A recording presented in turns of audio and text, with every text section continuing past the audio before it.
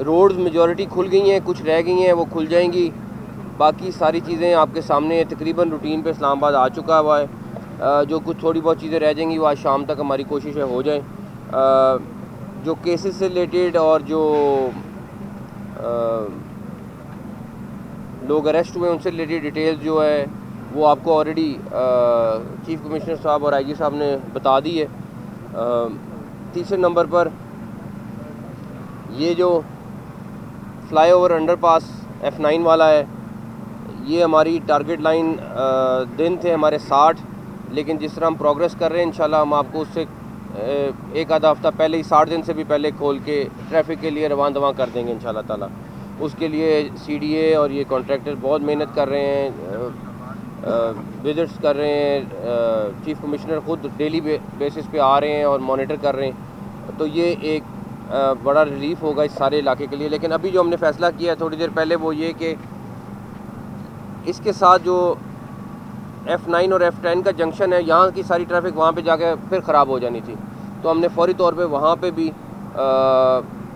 या कोई अंडरपास अभी फ़ाइनल डिज़ाइन CDA कर लेंगे, उसको भी सिग्नल फ्री कर देंगे उस चौक को, ताकि F10 वाले और G9 वो सारे लोगों को बहुत बड़ा रिलीफ मिल जाएगा।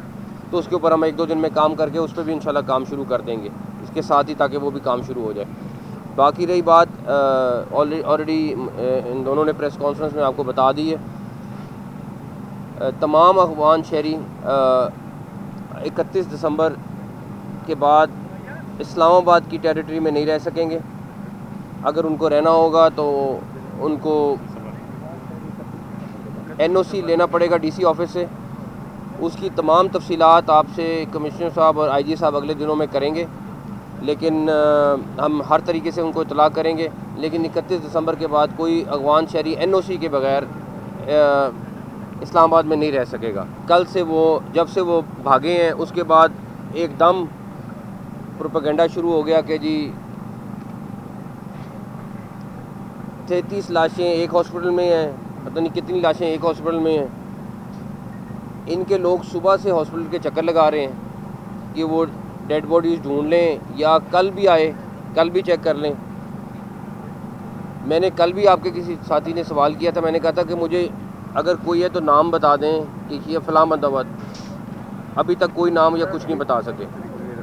दूसरे नंबर पर आप लोग वहाँ मौजूद थे सारे के सारे, आप मुझे बता दें कि किस पुलिस वाले के पास गन थी। कोई एक पुलिस वाले के पास मुझे गन बता दें।